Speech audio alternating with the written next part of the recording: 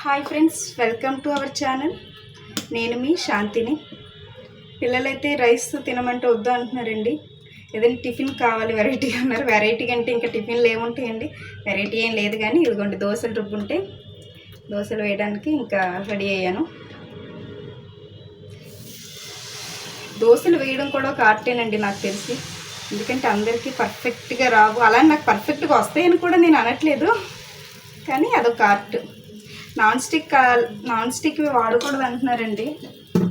అది నిజమో అబద్ధమో నాకు తెలియదు, కానీ అంటే అది వేడి వల్ల దానికి ఉన్నదంతా వచ్చేస్తుంది అంటున్నారు కదా. ఏముంటుందో ఏమొచ్చేస్తుందో మనకైతే తెలియదు, కానీ మ్యాక్సిమం వాడకుండా ఉంటేనే బెటర్ ఏమో.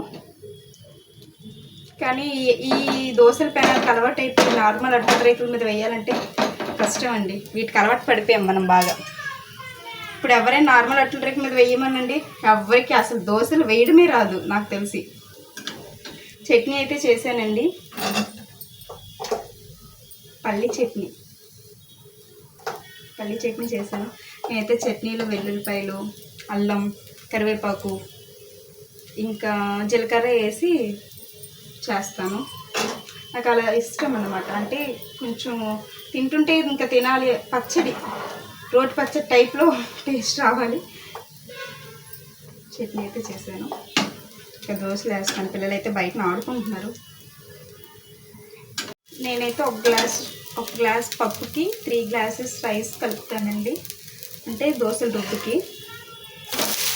కొంతమంది 4 గ్లాసెస్ కూడా వేస్తారు. అంటే పంట పప్పు అయితే 4 గ్లాసెస్ అయినా పర్లేదు, కానీ మామూలుగా మనం బయట కొనుక్కుంది అయితే 3 గ్లాసెస్ సరిపోద్దండి. లేదంటే మెత్తగా ఉండదు దోశ.